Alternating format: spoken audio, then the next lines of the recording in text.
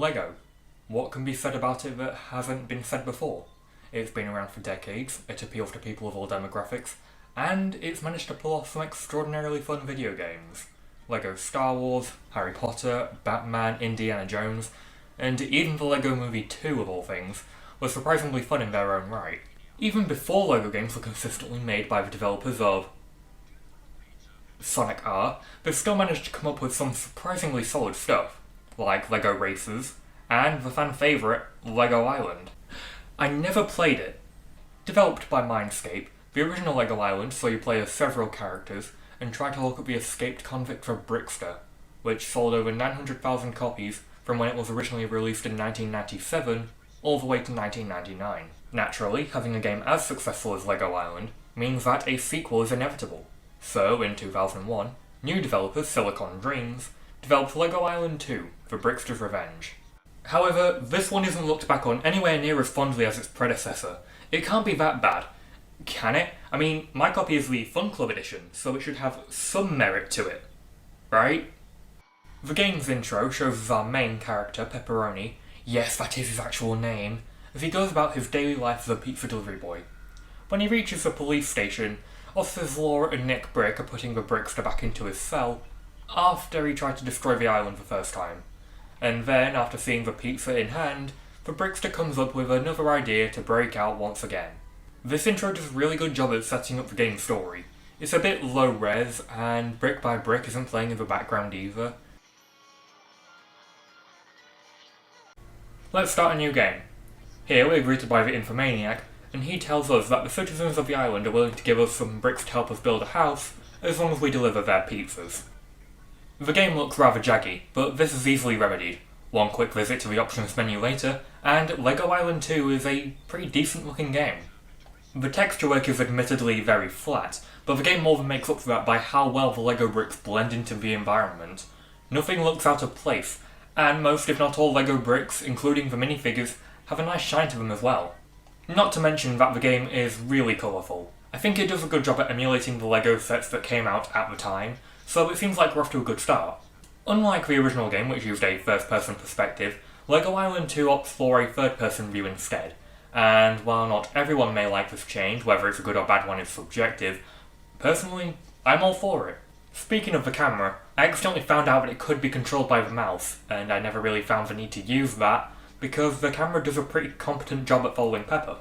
It does tend to show you what the underside of the world looks like every time you decide to jump into the water, but that's not really a major issue. Time to deliver some pizzas.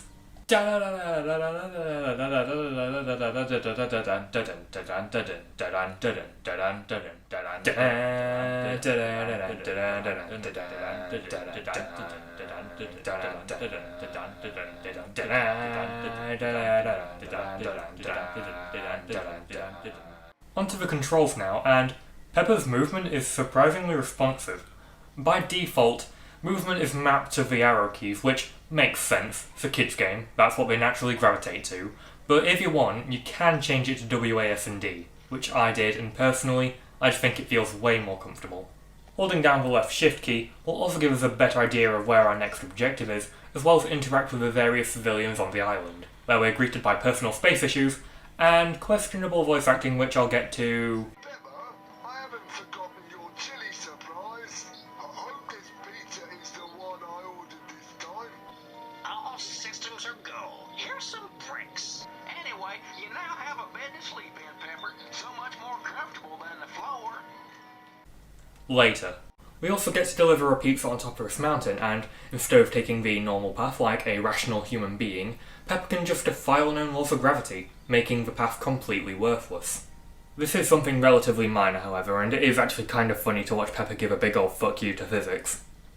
For better or for worse.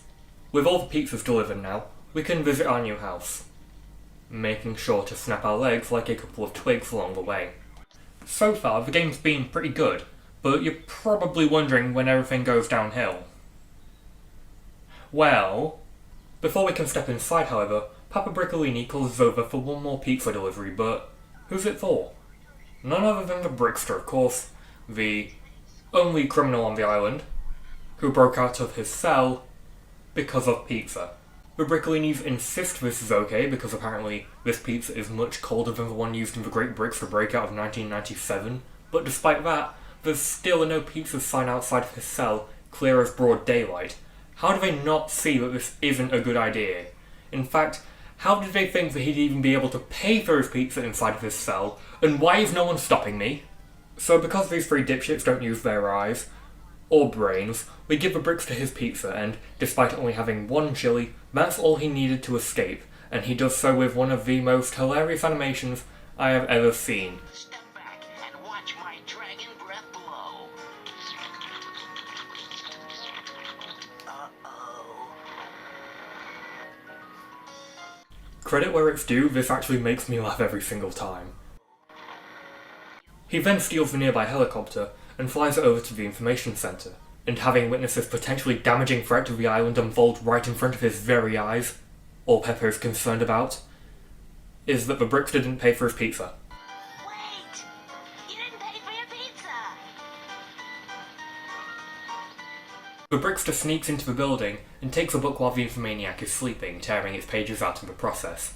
This causes all the buildings on the island to deconstruct and float into the air. At the same time, several robots, called Bricksterbots, show up to cause general mischief towards the islanders as well. And then a loading screen appears.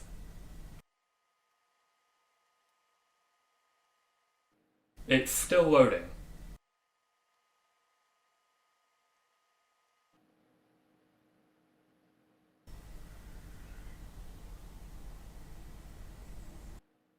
What's with these loading screens being so obnoxiously long? I know people like to complain about the loading screens in hashtag NotMyCrash4 and Spyro Enter the Dragonfly, myself included, but not only are they just as frequent in this game, they will sometimes last longer. And you know what we're presented with afterwards? We need a fast-thinking, smart-acting, brave, clean, and reverent hero to save the day. Pepper, what are you doing? My best. Do you even realise what you've done, you brickhead? I know I'm going on a long tangent about the plot here, but I don't think I've ever played a game where I've come across characters as infuriating as these idiots. Anyway, the Infomaniac thinks it's a brilliant idea to assign Pepper as one to recollect the pages, build the island back up again, and destroy the many Bricksterbots he may encounter along the way. This sounds like a brilliant chance to use my skateboard. Why is it slower than my normal running speed? This skateboard is an absolute joke. Its only benefit is that if you hold the jump button you can perform a high ollie, but there's no instances in the game where that's even slightly useful. Sure, I could be missing something, but at the moment I'm left thinking, what's the point? Talking to the island's inhabitants will make them say whatever, but speaking to them a second time will cause them to point in the direction of one of your objectives, and I know this is here to make the island feel somewhat lively and help you on your quest, but there's a few problems with it. 1. The left shift key does the exact same thing when held down, and 2. This means everyone knows what's going on except for Pepper, and are clearly more than capable of picking these pages up themselves. Oh come on, this one's right in front of you, what are you doing? It's like they don't even care about their home, so if they're not bothering to help in the context of the story, why should I? Regardless, we collect some pages, defeat some droids, then we're called over to the information centre to deal with some more botheads. This leads us into a whack-a-mole style minigame.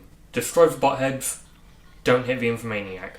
It's simple stuff, but I don't think it outstays its welcome, is well paced, and serves as a fun little challenge. Also, what's the Infomaniac doing in the machine exactly? He's the one crawling around in there, so he's pretty much asking for it at this point. Meanwhile, the Brickster has made his way over to Castle Island, a medieval-themed land inhabited entirely by knights, and I do like this concept. Hopping from one island to the next would be like taking one minifigure and putting it in a set where it doesn't belong, something I'm pretty sure we've all done with LEGO as a kid. It's actually really charming, and the change in scenery is also appreciated because that keeps the game from feeling too stale. It's like LEGO Dimensions if it was made in the late 90s and early 2000s, except my wallet isn't screaming bloody murder, so it's brilliant. To get to this new location, we use a boat, and it controls well enough, though much like Pepper in the water, turning can be a bit sharp and catching onto the side of an island can get you stuck temporarily. But it's not the worst thing in the game, and it's only really used to travel between LEGO and Castle Islands. Wait, aren't they both LEGO Islands? When we get there, we find out that the bridge between the two halves of the island is destroyed, so we need to repair it. To do this, you need to dive down, find the bricks you need, and resurface to put it back in. I can't say this particular portion of the game was that enjoyable though. All it is a matter of dive down, get brick, resurface, dive down, get another brick, resurface. It's extremely slow, floaty, repetitive, the hitboxes are jank, making hazards more annoying than they should be, and it's just not fun to play. Once that's dealt with, we need to retrieve a page from Bullcastle, who are using it as a makeshift flag because Lioncastle have stolen their real flag. To get it back, we're given a horse so we can compete in a jousting match. Pepperoni on a pony. Unlike the skateboard from earlier, the horse is actually a useful mode of transportation, since it has the ability to speed up, shortening journeys from one side of the island to the other. The following jousting match is also really simple. Spam your left and right keys to build up power and center your target on your opponent.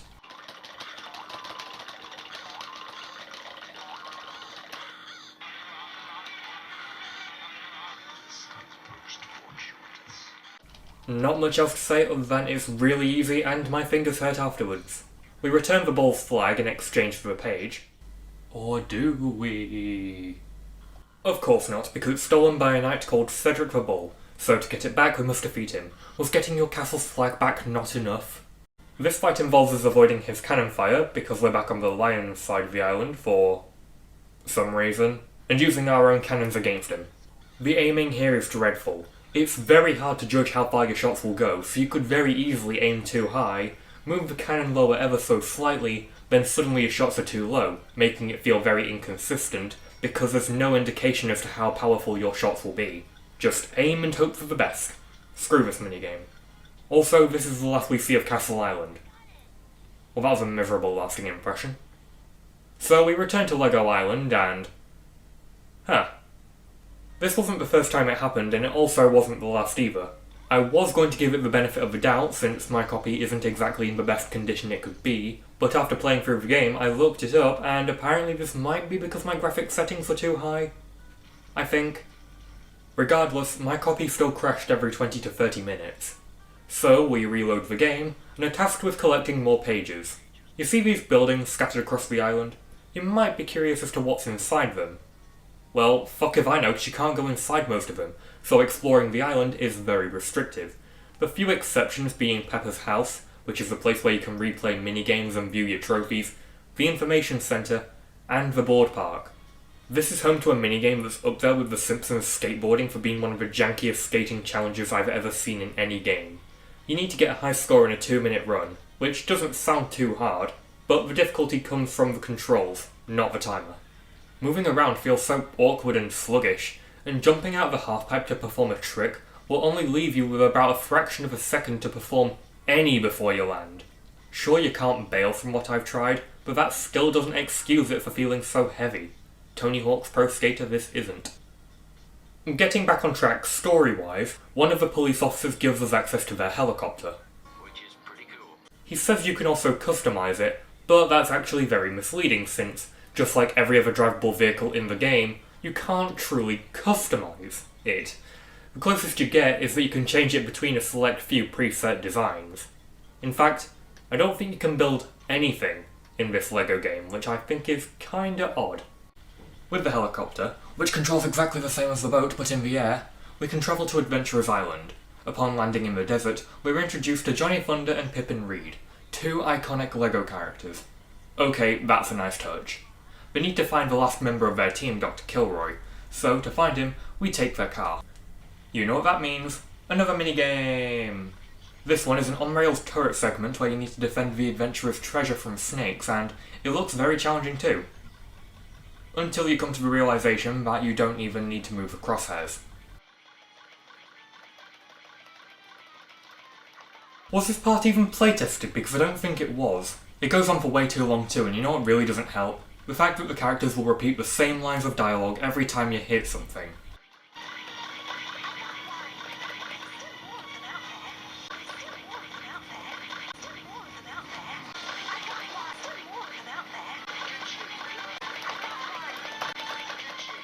Thankfully it ends and... Oh, you startled me. Hello, Johnny and Miss Reed. I see you brought a friend.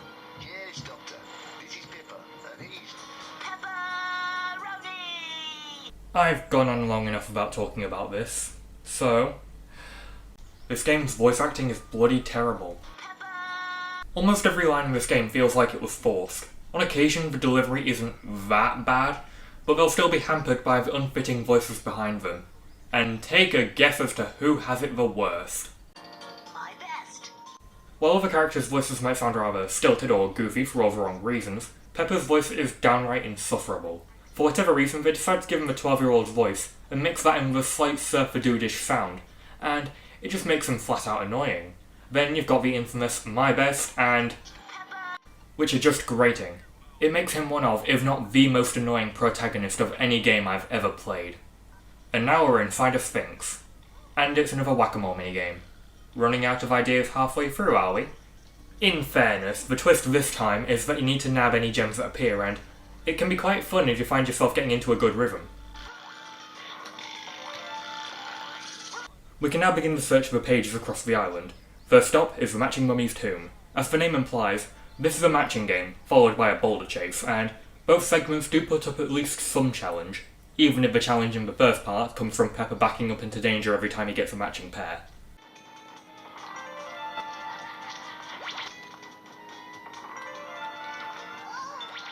This is followed by a minigame that's just bad. Seeing the pattern? I know I sound like a broken record at this point, but that's just how this game is. You spend most of your time crashing into shit because this car's handling is total arse. I can see what they were trying to do with the steering, but moving left or right is so abnormally clunky that it just isn't fun to play. Not to mention that when you crash into something, which is very easy to do, Pepper will say the same line over and over and over again.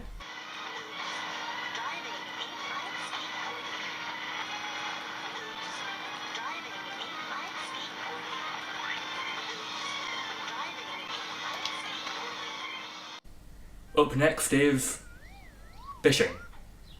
It's fishing alright, but much like fishing in other games, for example Sonic Adventure, it's just dull. You sit around, you wait for your target to grab onto your line and reel in, with little to no control over when said target takes interest.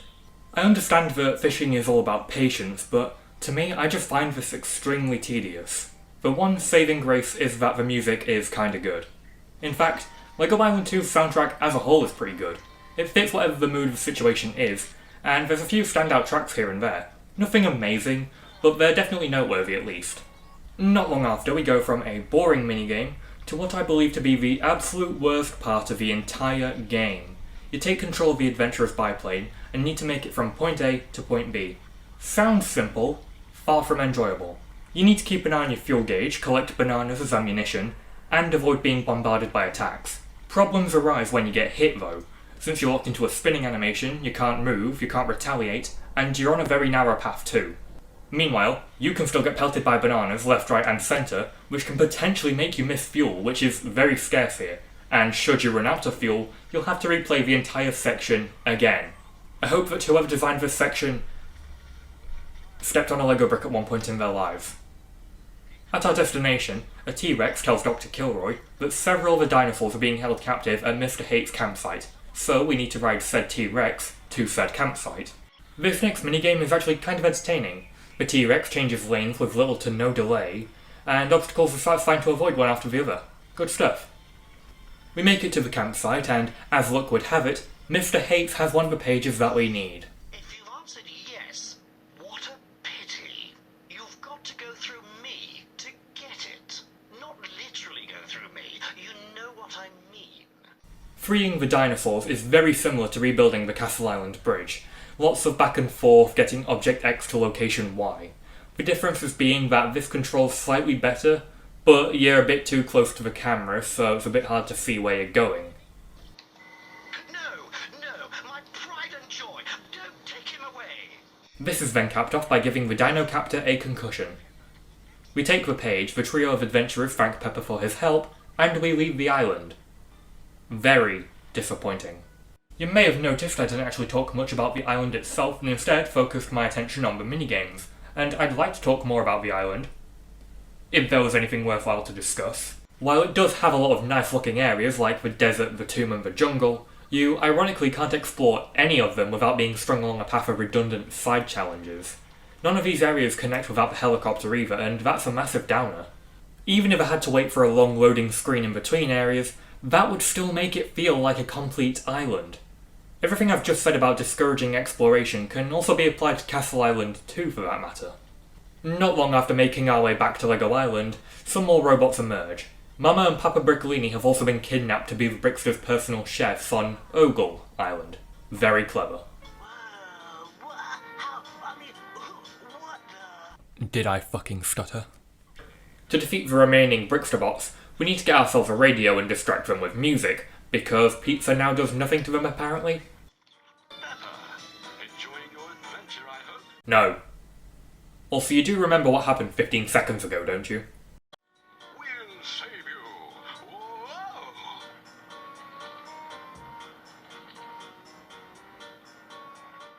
Very tragic. We collect the last few pages of the Constructopedia, then we head to the radio station to borrow a radio. Using it, we can force the robots to dance until they're exhausted, which means we have to wait, because we're already approaching the last part of the game, and this feels as though it was their last-ditch effort to extend the length slightly. Yet my gameplay only lasted me about 2.5 hours, and that's not even including the crashes that caused me to replay segments I had already done. We need to get ready to go to Ogle Island now, but before we can, we need to participate in some space training. The first minigame here is nothing special, just press left or right when the lights on the floor are green. The Skydiving Game, on the other hand, is actually kinda fun. You need to make your way through 3 differently coloured rings, each smaller than the last, avoid airborne obstacles, and land on the best possible target you can. It doesn't overstay its welcome, and mastering the controls is kind of a challenge in and of itself, in a good way. Now we're ready for Ogle Island, the final stretch of the game. First, we need to make our way through an asteroid field.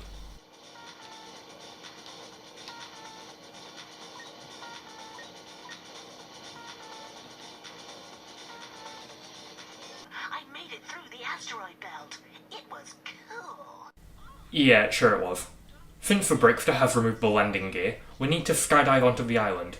But how is that possible in space, I hear you probably ask? Rockets, bitch! This is almost an exact reskin of the skydive from earlier, except there's more rings to go through, and less obstacles in your way to avoid. It's still enjoyable, but I kinda wish there was more going on. When we land, we need to locate the pizzeria. Even though this place looks like it'd be really fun to explore, we can barely do that here either, as is tradition with this game. And that's a damn shame, because this place has the most unique visuals, and possibilities for gameplay mechanics like the moon physics, and of course, landing seamlessly back on the island after falling off of it. One thing I forgot to mention about all 3 extra islands is this little counter at the top of the screen.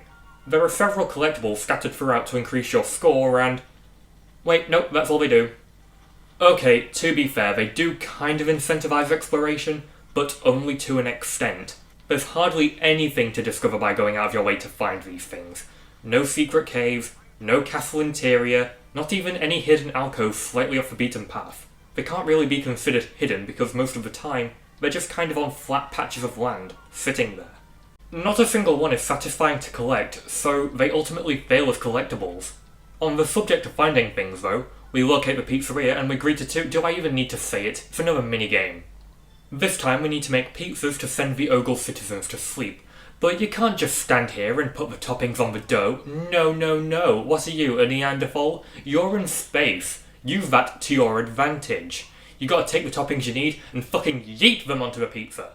Papa's holding the dough and he jumps from side to side like a toddler about to piss himself, so you need to judge where he's going and throw it there.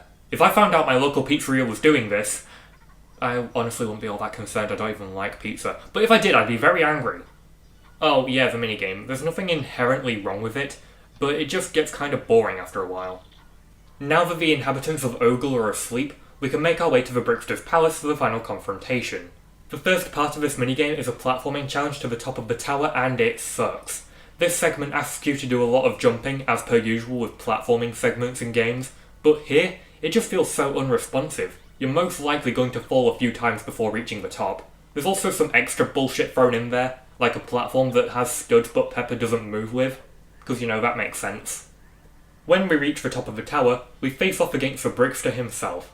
He'll send his robots towards you, and you need to hit the rogue with some super hot pizzas. It's as basic as it sounds, but some pizzas will seemingly just want to go through him instead. Since these pizzas are too hot for the Brickster to handle, much like YouTube when it hears the slightest bit of profanity, he goes desperately searching for water before accidentally locking himself in his own tower. He's left behind while Pepper and the Brickolinis return home, and the residents of Lego Island celebrate. A rather displeasing finale to a truly lousy game. Also, who's this girl? This is literally her only appearance. Overall, Lego Island 2 is an incredibly drab game, and while I haven't played the original Lego Island by any means, it's not hard to see why this is considered one of the most disappointing sequels under the Lego brand. What starts out as a promising game that seemingly aspires to be better than the original in almost every way, is quickly dropped in favour of a dull, restrictive minigame collection with barely any focus. Although the game is part of the Lego brand, there's no creativity outlet here, like building your own vehicles in the first game. The new environments, while looking fairly pleasant, have so much untapped potential, as evidenced by the fact that you can't truly explore any of these places, and because of the countless lackluster minigames soaking up the spotlight, which leaves the game feeling rather messy.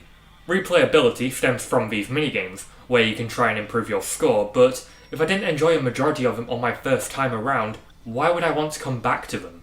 The story was kind of there, and the music, while nothing amazing, was the one consistent element, with a few good tracks throughout most of the game, but that's not enough to save it, unfortunately. What you're left with is a sequel to one of the most beloved games of all time, with zero idea as to what made the original so much fun for so many people. As a result, I can't really recommend this as either an early LEGO game or an adventure game, and to say that is really saddening, honestly.